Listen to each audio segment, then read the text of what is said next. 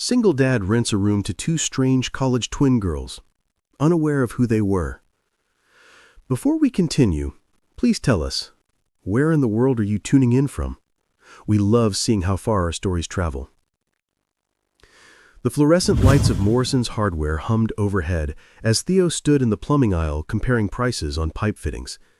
His shopping list was modest, just the basics to fix the guest bathroom sink that had started dripping 2 days ago. He was reaching for a package of washers when a hand clamped down on his forearm with surprising strength. "Samuel, dear." "Oh, I'm sorry, Theo."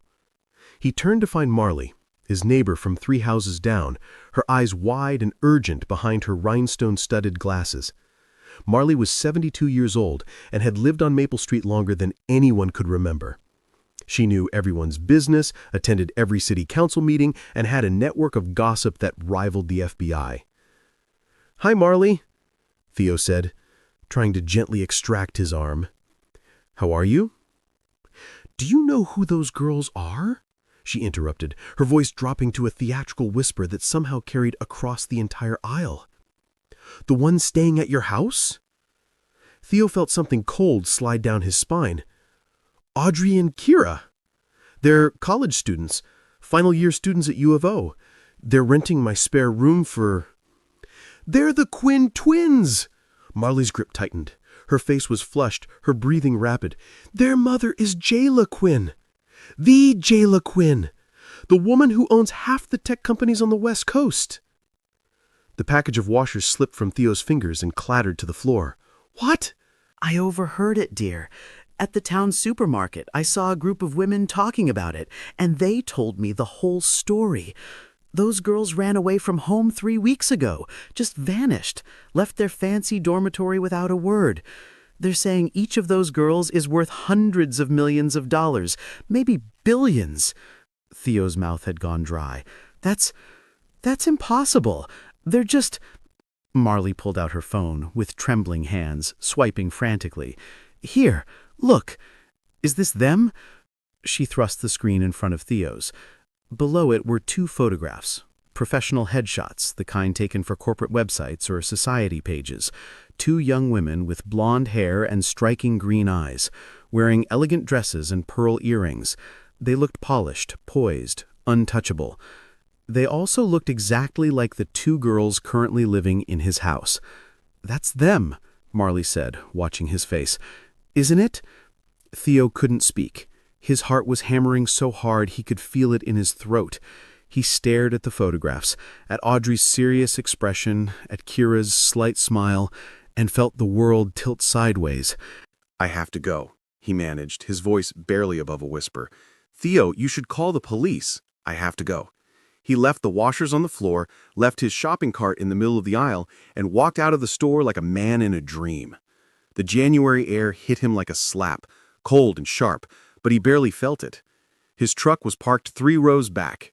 He climbed in, started the engine, and sat there for a full minute, staring at his hands on the steering wheel. Billionaire heiresses, living in his house, sleeping in the room where he stored Penny's old toys, eating cereal at his kitchen table, playing with his daughter. What had he done? The drive home took 12 minutes, but it felt like 12 hours. Theo's mind was racing, spinning through possibilities, each one worse than the last. What if their mother showed up with lawyers? What if she accused him of kidnapping? What if she thought he was holding them for ransom? He was a high school woodworking teacher who could barely afford his mortgage. One lawsuit would destroy him. One accusation would cost him everything: his job, his house, his daughter. He pulled into his driveway and sat there, engine running, staring at his modest 3-bedroom house. The paint was peeling on the shutters, the porch light was still out from last month. This was his home, his and Penny's, and now it felt like a bomb waiting to explode.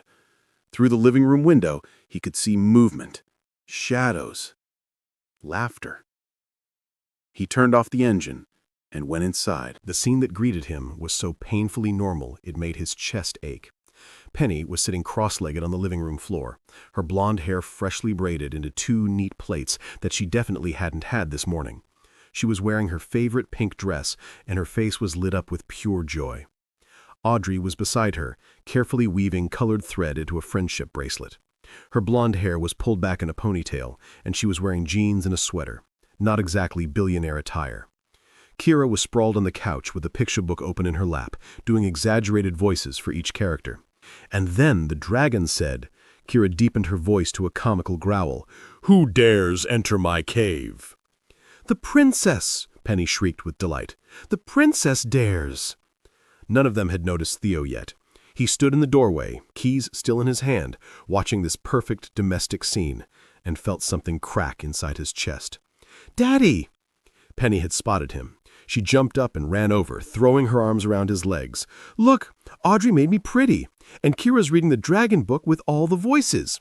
Can we have spaghetti for dinner? Please, please, please?"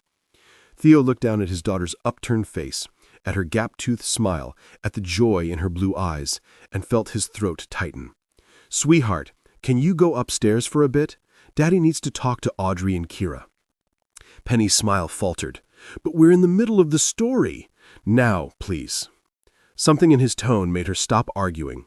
Her lower lip trembled, that warning sign that she was about to cry, but she nodded and trudged toward the stairs, her light-up sneakers flashing with each step.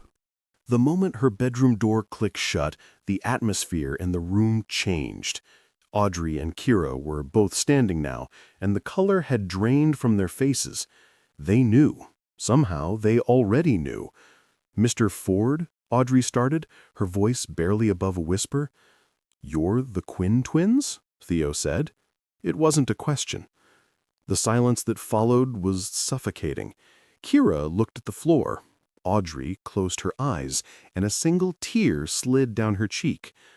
"Your mother is Jayla Quinn," Theo continued, his voice shaking despite his efforts to keep it steady. "She owns tech companies. She's worth I don't even know how much. And you've been here, in my house, for 5 days, and you didn't think to mention that?"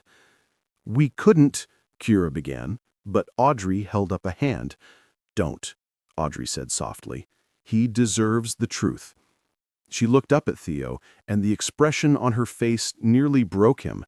It was fear and shame and desperation all tangled together. "Yes, we're the Quinn twins. Our mother is Jayla Quinn.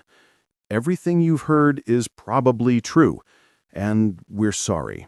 We're so sorry. We should have told you, but we were afraid you'd... I need you to leave." The words came out harsher than Theo intended, but he couldn't stop them. "I need you to pack your things and leave my house right now." "Please," Kira took a step forward, her hands clasped together like she was praying. "Please, Mr. Ford, you don't understand." "Then help me understand," Theo cracked. "Why would 2 girls who have everything, money, education, opportunity, why would you run away and hide in a stranger's house? Why would you lie to me? Do you have any idea what this could do to me, to Penny?" He was breathing hard now, his hands clenched into fists at his sides. "Your mother is probably looking for you. She probably has private investigators, and when she finds out you're here, what do you think happens to me? I'm a single dad who's barely making rent. One phone call from her, and I lose everything. My job, my house, my daughter." "We never meant for that to happen," Audrey said, tears streaming freely now. "We never meant to hurt you or Penny. We had nowhere else to go." "You're billionaires! You could go anywhere!" "Not without her finding us." Kiara's voice was so quiet, Theo almost didn't hear it. "Not without her dragging us back."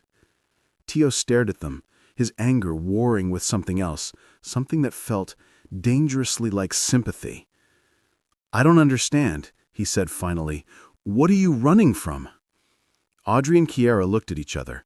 Some silent communication passed between them, the kind only twins could share. Then Audrey nodded slowly and sat down on the couch, her shoulders sagging with defeat. "Our mother doesn't see us as people. She sees us as assets, as pieces on a chessboard. From the moment we were born, she planned out every detail of our lives, the schools we would attend, the degrees we would earn, the people we would marry." Theo felt something cold settle in his stomach. "Marry?" "She arranged a marriage for me," Audrey said, her voice hollow, "with her business partner's son, Preston Whitfield. The moment I graduate in May, I'm supposed to marry him. It's already been decided. Contracts have been signed. Wedding venues have been booked. None of it involved asking me what I wanted. How old is he? Tio asked, though part of him didn't want to know. 42. The number hung in the air like poison. I've met him exactly 3 times, Audrey continued. He treats women like decorations, like trophies to put on a shelf. He talks about me like I'm a business acquisition. Our marriage would secure a merger between Quinn Technologies and Whitfield Industries. That's all it is, a business transaction. And I'm the product being sold.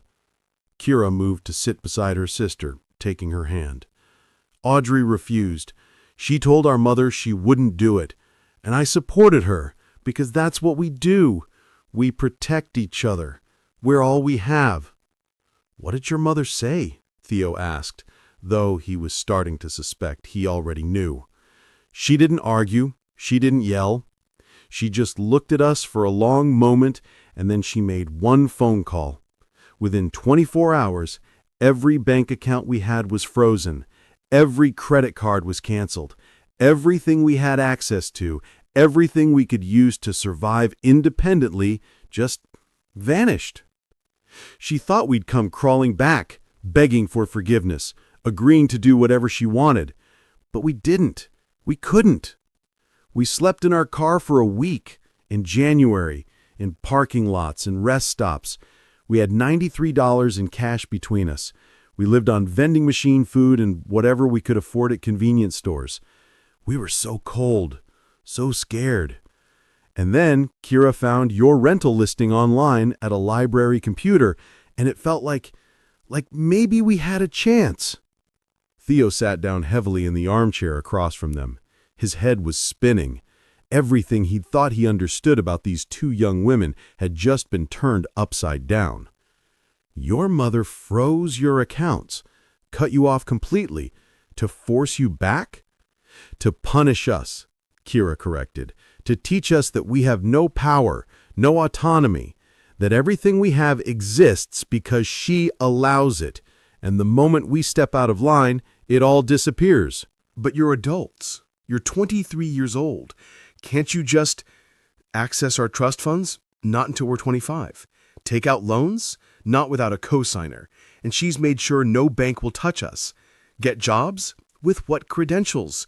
We've been in school our entire lives, and every recommendation we'd need comes from people she controls. Audrey's voice was bitter. She's been 10 steps ahead of us from the beginning.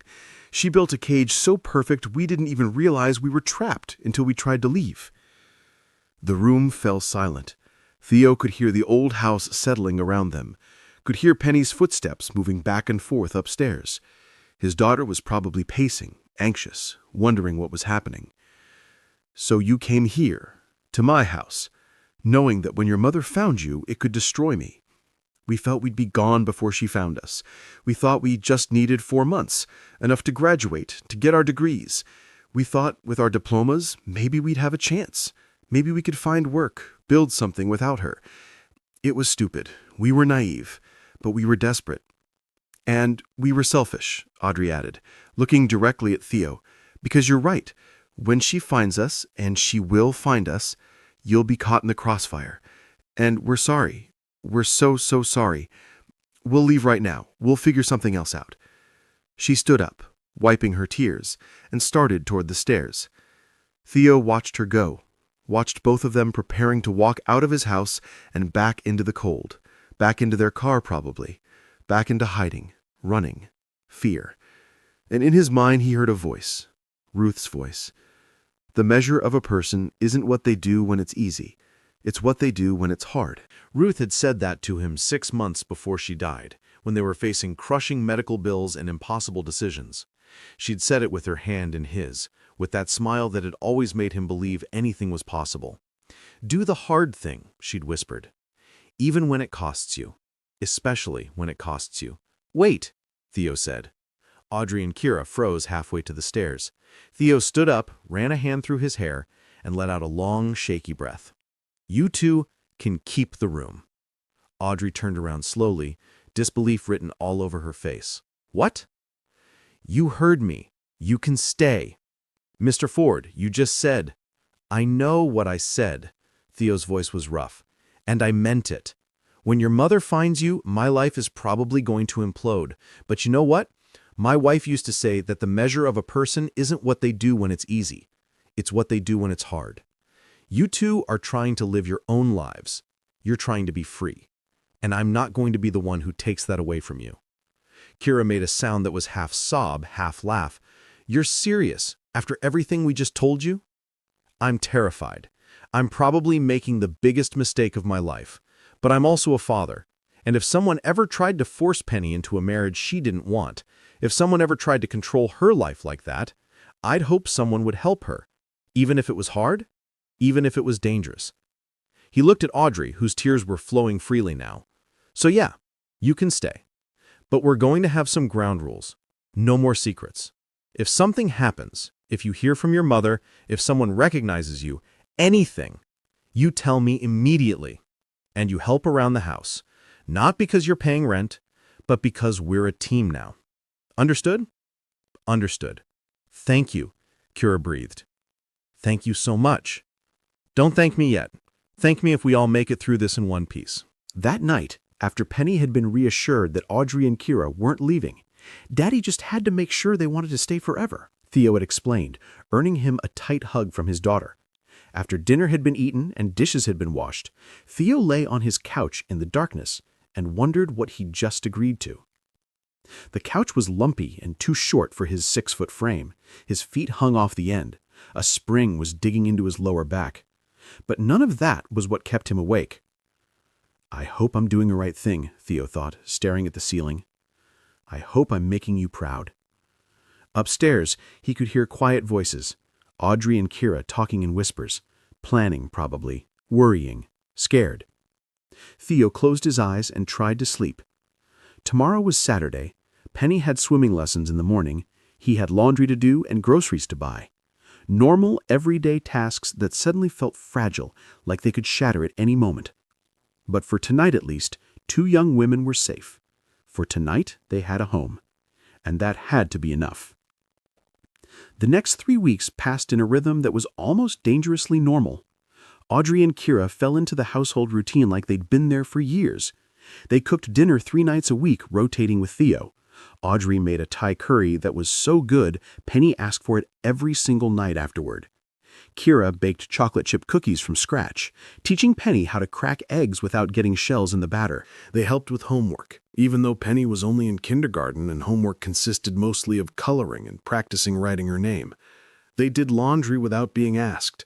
They fixed the leaky faucet in the upstairs bathroom using a YouTube tutorial and leftover parts from the hardware store. They fit. And that was the dangerous part, because Theo could feel himself getting attached, could feel his guard dropping. Every morning he woke up on that lumpy couch expecting disaster, expecting police at his door, or lawyers with lawsuits, or Jayla Quinn herself standing on his porch with fury in her eyes. But day after day, nothing happened. The world kept spinning. Life went on. Penny was thriving. She'd always been a quiet child, something Theo had worried about since Ruth's death. His daughter had retreated into herself, had stopped laughing as much, had nightmares that woke her up crying for her mama. But now she was singing again, making up elaborate stories about princesses and dragons, begging for just one more chapter at bedtime. She followed Audrey and Kira around the house like a devoted puppy, helping them with whatever they were doing, chattering nonstop about her day at school. One Saturday afternoon, Theo was in the garage working on a bookshelf for a neighbor's commission when he heard laughter from the backyard. He set down his sander and walked to the window. Penny was running in circles, shrieking with joy. Audrey was chasing her with a water hose, careful to keep the spray gentle and warm. Kira was lying on the grass, her face turned up to the February sun, smiling. And Theo felt something he hadn't felt in 3 years. Peace. He turned back to his work, but his hands were shaking. He loved those girls. Not just what they brought to Penny's life, but who they were. Audrey with her quiet strength and surprising sense of humor. Kira with her kindness and the way she could diffuse any tension with a well-timed joke. They were becoming family, and that thought terrified him more than anything Jayla Quinn could throw at them, because family meant vulnerability. Family meant something to lose. It was in the 4th week that things started to shift. Theo noticed it first in small ways, the way Audrey lingered in the kitchen after dinner, cleaning up while he dried dishes. The way their conversations had gone from polite and careful to easy and natural. The way she laughed at his terrible jokes. The way she looked at him sometimes when she thought he wasn't paying attention. And the way his heart did something strange and unfamiliar in response. He tried to ignore it, tried to tell himself it was just gratitude, or respect, or friendship. But then there was the Saturday morning when he came downstairs early and found her sitting at the kitchen table with Ruth's favorite mug, the one that said, "Best Mom Ever," in Penny's crooked handwriting. Audrey looked up, startled, and immediately started to set the mug down. "I'm sorry, I didn't realize." "It's okay," he said, surprising himself. She'd want someone to use it. Audrey held the mug carefully, like it was made of glass. "She told me about her," she said quietly. "About how she used to make pancakes shaped like animals, about how she'd do voices when she read bedtime stories, about how she made the world feel safe." Theo sat down across from her, his throat tight. She was good at that, making things feel okay even when they weren't. "You miss her. Every day." "I'm not trying to replace her," Audrey said quickly. "I know I couldn't. I want you to know that. Whatever this is, whatever we're building here, it's not about replacing what you had. It's about, I don't know, maybe it's about creating something new?" Theo looked at her, really looked at her, at the way the morning light caught in her hair, at the vulnerability in her green eyes, at the way she held Ruth's mug like it was precious. "She would have liked to," he said softly. "Ruth. She would have let you stay without a second thought. She was like that, always helping people even when it was complicated, especially when it was complicated. I wish I could have met her." "Me too." They sat in comfortable silence for a while, drinking coffee as the house slowly woke up around them, and Theo realized that, for the first time since Ruth's death, he didn't feel guilty about feeling something. About maybe, possibly, starting to care about someone new. One night in late February, the air still cold, but with the first hint of spring underneath, Audrey found Theo already outside, staring up at the stars. "Can I join you?" she asked. He nodded, and she sat beside him on the steps. Their shoulders touched. Neither of them moved away. "Do you ever wonder what your life would have been like? If Ruth had lived? If things had gone differently?" "All the time," Theo admitted. "But lately—" He paused, choosing his words carefully. "Lately, I've been wondering something else. About the life I might have now, the one I'm actually living. And I think maybe it's okay to have both. To miss what I lost and still be grateful for what I've found." Audrey was quiet for a long moment. When she finally spoke, her voice was thick with emotion. "When we first came here, I thought we were just looking for a place to hide, somewhere to survive until graduation. But now I think we were looking for something else, something we didn't even know we needed." "What's that?" "A home." She turned to look at him, and there were tears on her cheeks. "When we first came here, I thought we were just looking for a place to hide, somewhere to survive until graduation. But now I think we were looking for something else, something we didn't even know we needed." "What's that?" "A home." She turned to look at him, and there were tears on her cheeks. "Not just a place to sleep, but a home, with people who care about us because of who we are, not what we're worth. With someone who listens when we talk and notices when we're sad and makes terrible puns at breakfast that make Penny groan." Theo felt his heart do that strange flutter again. "Audrey," she interrupted, the words coming faster now, like a dam breaking. I know I shouldn't say this. I know it's complicated and messy and probably stupid, but I have to tell you. You don't have to. I think I'm falling in love with you. The words hung in the air between them. Theo's breath caught in his chest. I know I have no right, Audrey continued, her voice shaking. I know I'm young, and I come with more baggage than anyone should have to carry. I know my mother is going to find us eventually, and when she does, everything is going to explode. But I had to tell you because I've never felt this before. This safe, this seen, this much like I could actually be myself. Theo reached over and took her hand. It was trembling. I'm not rich, he said quietly. I can't give you the life you're used to. I teach high school woodworking and do furniture commissions on the weekend, and sometimes I can barely afford groceries. I have a 5-year-old daughter who has nightmares and needs someone who's going to be there for the long haul.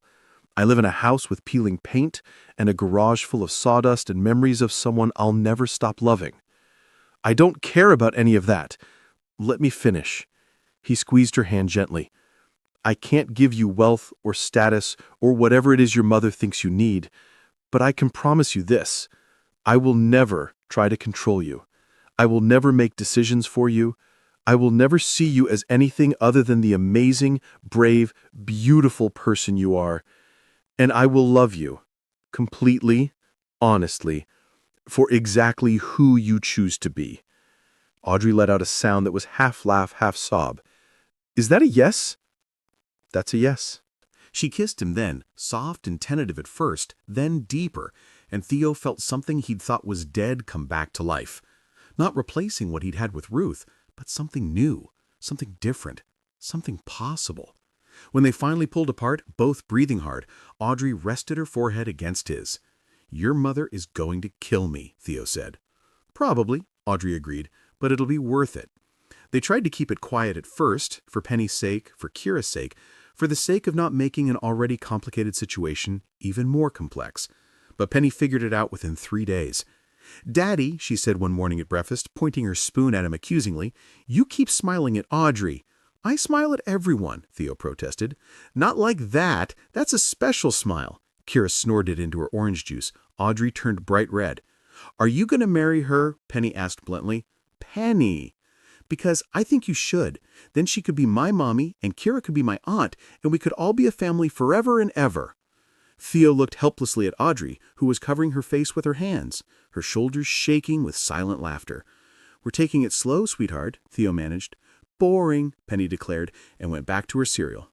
But that night when Theo tucked her in, Penny wrapped her arms around his and whispered, I like Audrey, Daddy. I like her a lot, and I think Mommy was like her too. Theo's eyes burned with tears. Yeah, baby, I think she would. March arrived with rain and uncertainty. Audrey and Kira had exactly 2 months left until graduation. Theo had started setting aside money, not much, just whatever he could spare from his commissions, thinking about what would happen afterward, whether the girls could stay, whether Jayla would find them, whether they'd make it. He was in his garage one Saturday afternoon, sanding the legs of a dining table, when Kira appeared in the doorway. Can we talk? She asked. Theo set down his sander. Sure. Everything okay? That depends. Kira came in and sat on his workbench, her legs swinging. You're in love with my sister. It wasn't a question, but Theo nodded anyway. Yeah, I am. And she's in love with you. She says she is. She is. Kira was quiet for a moment, studying him. Our whole lives, Audrey and I have looked out for each other. We've been all each other had. And now she's found something else, someone else.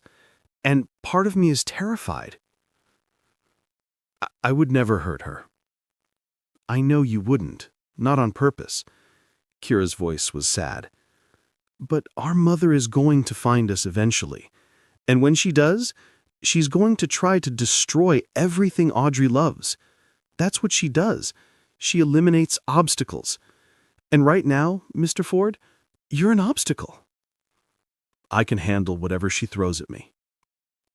Can you? Can you handle lawyers and lawsuits and private investigators digging into every corner of your life? Can you handle her trying to take Penny away, claiming you're an unfit parent for harboring runaways?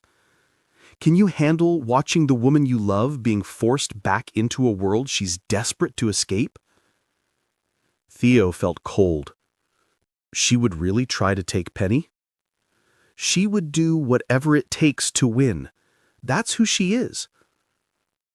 Kira's expression softened. I'm not trying to scare you. I'm trying to prepare you. Because if you're really in this, if you really love my sister, you need to know what's coming. I'm not backing down, Theo said firmly. I'm not going anywhere. Good. Kira smiled slightly. Because Audrey deserves someone who fights for her. We both do. And I think you might actually be that person. She hopped off the workbench and started to leave, then turned back.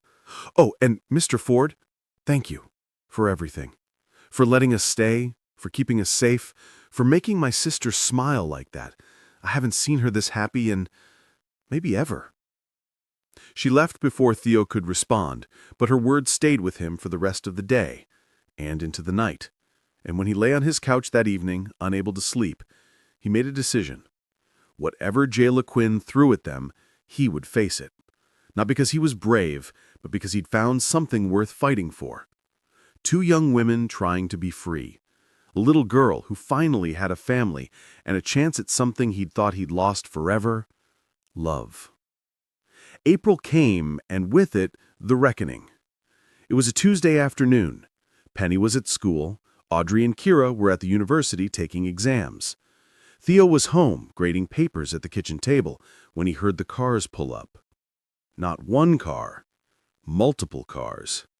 He looked out the window and felt his blood run cold. A black limousine sat in his driveway. Behind it were two black SUVs with tinted windows. Men in dark suits were getting out, positioning themselves around his property like soldiers preparing for battle. And then she stepped out of the limousine. Jayla Quinn was exactly what Theo had expected, and somehow worse. She was in her mid-50s, impeccably dressed in a gray suit, her hair pulled back in a severe bun. She moved with the kind of confidence that came from never being told no. She walked up to his front door and knocked once. Firm.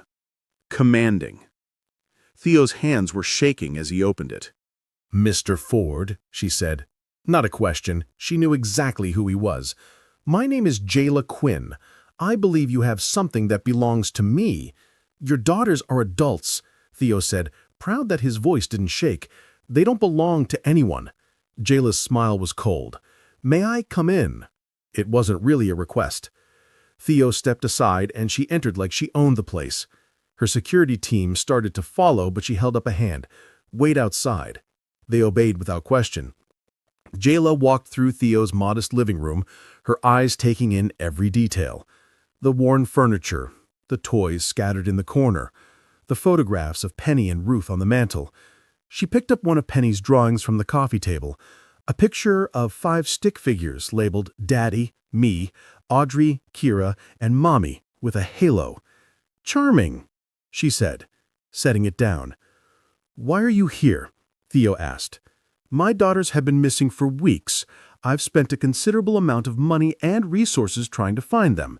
And then, yesterday, one of my investigators spotted them coming out of a coffee shop near the University of Oregon. They followed them here, to your house. So I'll ask you directly, Mr. Ford. Are Audrey and Kira currently residing in your home? Theo's mind was racing. He could lie. He could deny everything. But what was the point? She already knew. Their names are Audrey and Kira, he said instead. And yes, they've been staying here. For how long? Almost 6 weeks. And you didn't think to contact the authorities to report that you were harboring 2 missing persons? They're not missing. They're running. There's a difference. Semantics. Jayla's voice was ice. Tell me, Mr. Ford, what exactly were you hoping to gain from this arrangement? Money? A reward? access to my family's wealth. I wasn't hoping to gain anything. Don't insult my intelligence. You're a single father living paycheck to paycheck in a house that's falling apart. My daughters show up with famous names and family connections, and you expect me to believe you took them in out of the goodness of your heart? I took them in because they were sleeping in their car. Theo's voice rose.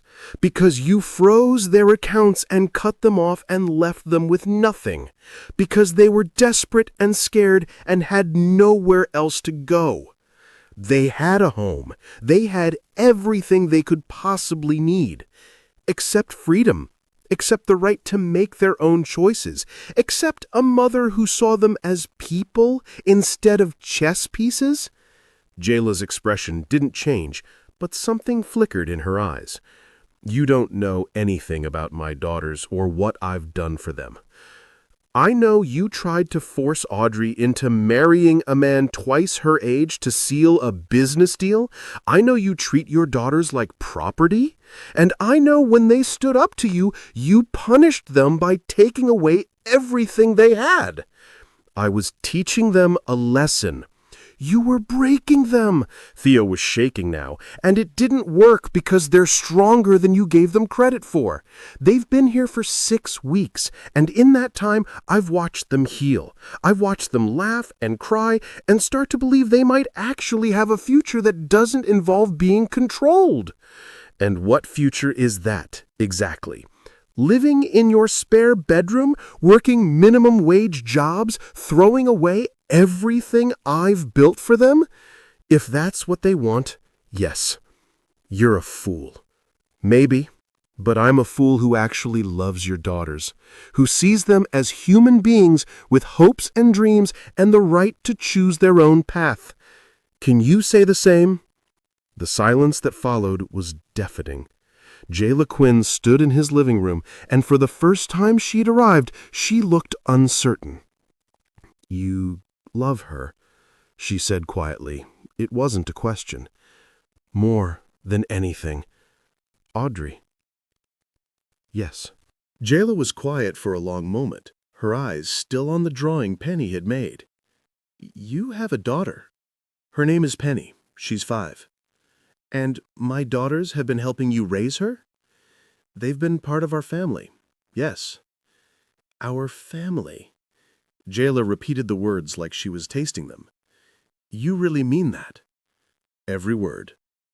Another long silence. Then Jayla turned to face him fully, and Theo saw something he didn't expect in her eyes. Exhaustion. Do you have any idea what it's like, she said quietly, to build something from nothing? To fight tooth and nail for every opportunity, every deal, every success. To know that one mistake, one moment of weakness could cost you everything. No, I don't. I grew up with nothing, Mr. Ford. My mother cleaned houses. My father left before I was born. I put myself through school working 3 jobs. When I started my first company, I had $500 and a laptop I'd bought at a pawn shop. Every door was closed to me. Every opportunity was denied. So I forced them open. I built an empire from dust and determination and sheer refusal to accept no. She took a breath. And when I had my daughters, I swore they would never struggle the way I did. They would have every advantage, every opportunity, every door already open. I planned out their lives not to control them, but to protect them, to ensure they would never feel powerless the way I did. But that's exactly how you made them feel. Powerless. Jayla's composure cracked, just for a moment. I know. The admission hung in the air. I've been so focused on building security for them, she continued, her voice barely above a whisper, that I forgot to ask if they felt safe. So focused on opening doors that I forgot to ask which rooms they actually wanted to enter. It's not too late, Theo said. You could still... The front door burst open.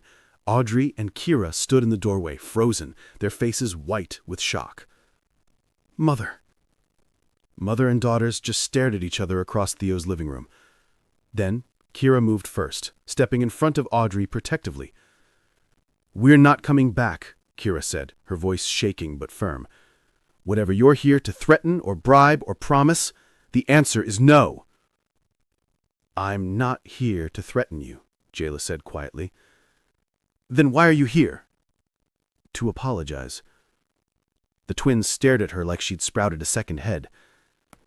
"I came here to drag you home, to shame you into compliance, to use every tool at my disposal to make you see reason. But your Mr. Ford here has made me realize something." She looked at Audrey, and her expression softened in a way Thea wouldn't have thought possible. "I've been so terrified of you making mistakes that I've forgot you need to make your own choices, even if I think they're wrong, even if they scare me. Because that's what freedom means, the right to choose your own path, even when it's hard." "You froze our accounts," Audrey said, tears streaming down her face. "You took everything." "I did, and I was wrong." Jayla's voice cracked. "I thought I was teaching you a lesson about consequences, about the real world. But all I taught you was that I didn't trust you, that I didn't believe in you, and I'm sorry. I'm so sorry." Kira was crying now too. "What about Preston? What about the merger?" "The merger will survive without a wedding. Or it won't, and I'll deal with it. But I will not force my daughter into a marriage she doesn't want. Not anymore." Audrey took a tentative step forward. "You mean it? You're really letting us go?" "I'm letting you choose," Jayla corrected gently. "If you want to come home, you can. If you want to stay here," she glanced at Theo, "with him, with this family you found, then I'll support that too. Your accounts will be unfrozen by the end of the day. You'll have access to everything you need. And when you graduate in May, you'll have your trust funds, no strings attached." "Why?" Audrey whispered. "Why now?" Jayla looked at the drawing on the coffee table again, at the 5 stick figures, at the word family. "Because I've spent 23 years building an empire, and I forgot to build a family.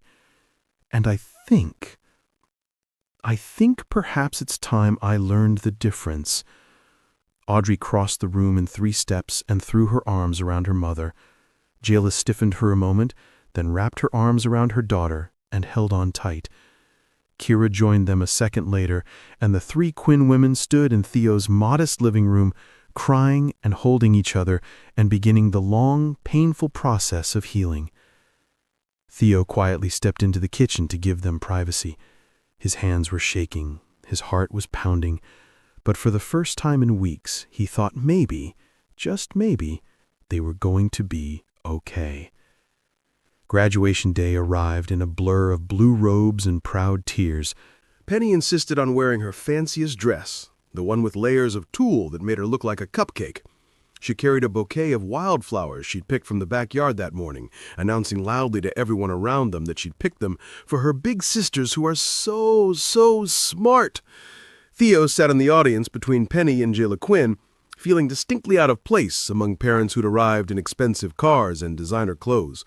But when Audrey's name was called, Audrey Lee Quinn, Bachelor of Arts in Psychology, summa cum laude, he was on his feet, cheering louder than anyone else. Audrey found them afterward, her cap askew, her face flushed with joy. She knelt down to accept Penny's wildflowers, then stood and kissed Theo so thoroughly that several people whistled. "I did it," Sue breathed. "I actually did it." "You did," Theo agreed, grinning. "I'm so proud of you." Even J-Lo was smiling, a real smile, soft and genuine. She hugged both her daughters, whispering something that made them both cry happy tears. That night, there was a celebration at the house on Maple Street. Theo grilled burgers. Kira made her famous chocolate chip cookies. Jayla showed up with champagne and actual crystal glasses, which seemed ridiculous in Theo's kitchen, but somehow worked. They toasted to new beginnings, to freedom, to family. And later, when everyone had gone home or gone to bed, Theo found himself once again on the back porch with Audrey. So, what now? You have your degree, you have your trust fund. You could go anywhere, do anything. I could, Audrey agreed. She was quiet for a moment, then took his hand. Or I could stay here, with you, with Penny. Build something new. You'd really want that? This life? It's not glamorous. I don't want glamorous. I want real. I want home. I want this. She squeezed his hand. If you'll have me. Theo pulled a small box from his pocket. He'd bought the ring 3 weeks ago with money from a custom bookshelf commission. Had been carrying it around ever since, waiting for the right moment.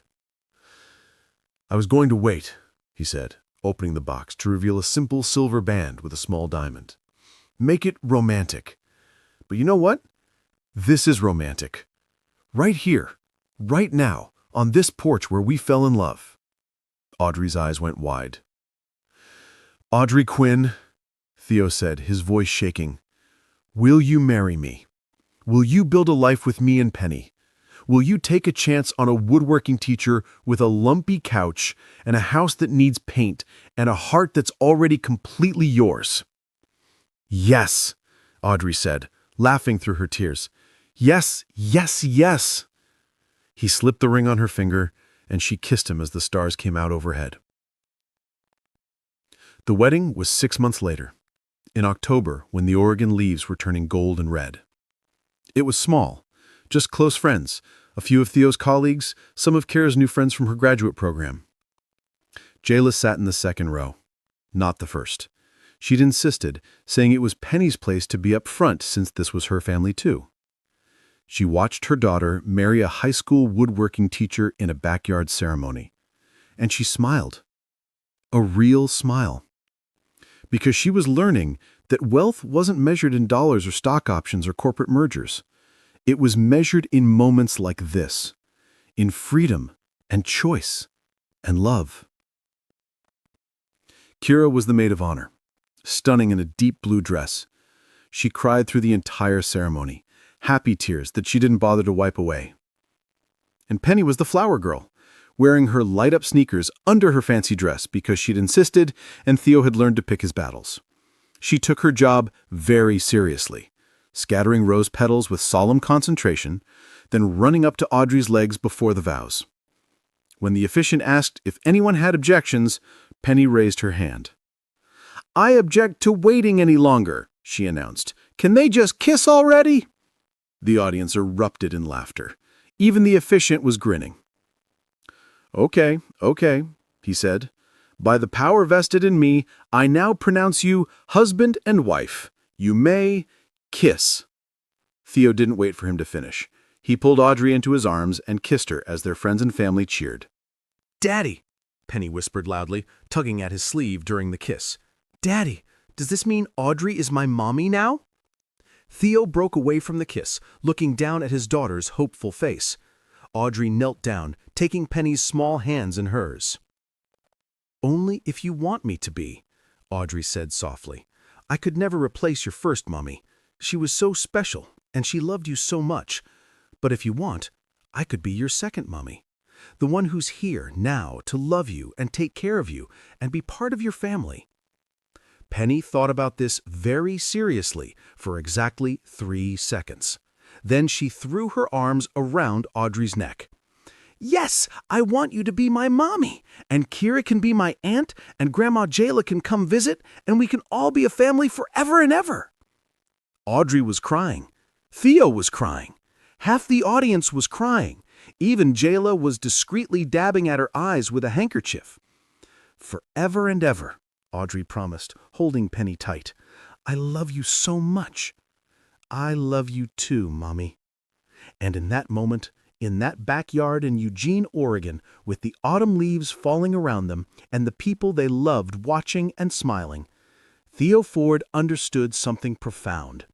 Family wasn't about blood or biology or who came first. It was about who stayed, who fought for you, who chose you day after day, even when it was hard. It was about freedom and love and the courage to build something new from broken pieces. It was about second chances. And it was about knowing that sometimes the greatest gift you can give someone isn't control or protection or even wealth. Sometimes the greatest gift is simply the freedom to choose their own happiness and to be there, standing beside them when they do.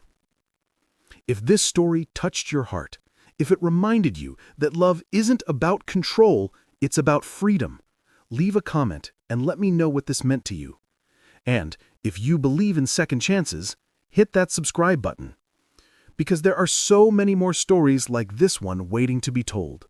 Stories about courage and family and the beautiful, messy, wonderful ways people find each other in the darkness. Thank you for being here. Thank you for listening. And I'll see you in the next story.